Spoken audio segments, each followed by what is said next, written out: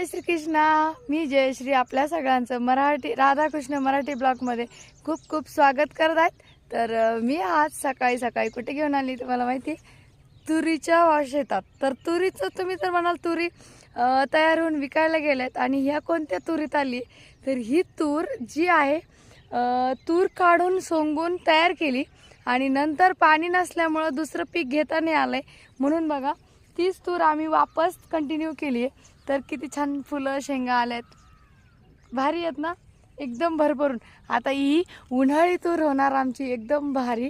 आणि सगळं वावर दाखवते मी तुम्हाला समोरून. एकच मिनिट, माझ्या मागे दिसतंय ना छान, तूर हिरवीगार मी हिरवीगार, बरोबर ना. तर तुम्ही बघू शकता किती सुंदर अशा शेंगा आलेल्या आहेत, आहे की नाही छान. आणि झाडं पण बघा, कोणी म्हणाल याला पाणी नाही दिलेलं आहे, पाणी नव्हतं तरी हा एक एक्सपेरिमेंट दरवर्षी